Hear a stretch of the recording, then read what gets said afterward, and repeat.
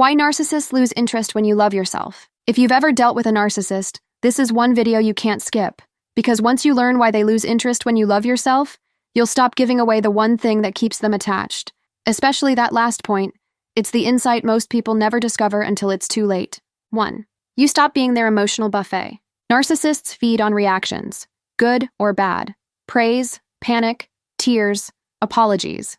It's all fuel. But when you start loving yourself, something strange happens. Your emotions become selective. You stop handing them out like free samples. They come looking for the usual feast of chaos and validation, only to find a closed sign hanging in your emotional window. You've learned that your energy isn't public property, and suddenly they're starving in a place where they used to dine for free. The silence you create isn't cold, it's clean. And for a narcissist, that kind of peace is poison. 2. You no longer audition for their approval.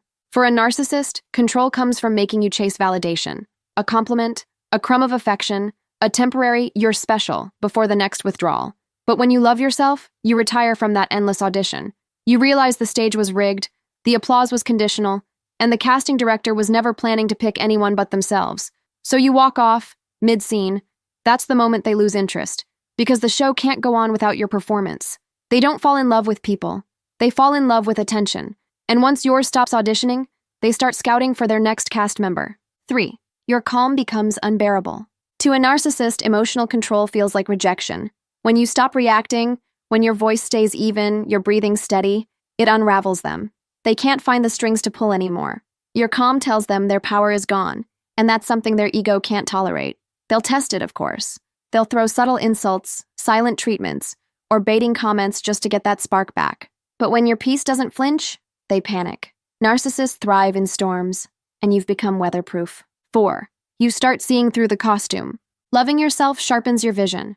The charm that once felt magnetic now looks rehearsed. The compliments sound templated. The victim stories, recycled. You start noticing how every apology ends with a justification and how every "I love you" hides in "as long as you serve me." Once you see it, you can't unsee it. And narcissists sense that, not because you confront them, but because your energy stops buying the act. The moment you stop believing their performance, they lose their favorite audience member. 5. You mirror their silence, but without fear. Before, their withdrawal felt like punishment. Now it feels like peace. When they pull away to make you chase, you don't. You go for a walk, read a book, breathe. That quiet confidence terrifies them because it proves you're no longer dependent on their chaos for connection. Narcissists use absence as a weapon. But when you love yourself, absence becomes your ally. They retreat expecting you to crumble, but you rest instead. To them, that's not just disobedience. It's betrayal of the unspoken rule that your worth depends on their attention. 6. You stop supplying the illusion. Every narcissist relies on others to maintain their fantasy of superiority. But self-love makes you allergic to delusion. You no longer agree with their exaggerations, their false humility, their "I'm the misunderstood genius" routine. You stop clapping for the illusion. And without applause, the illusion collapses. That's when they lose interest. Because narcissists aren't looking for partners. They're looking for mirrors that never reflect back anything real.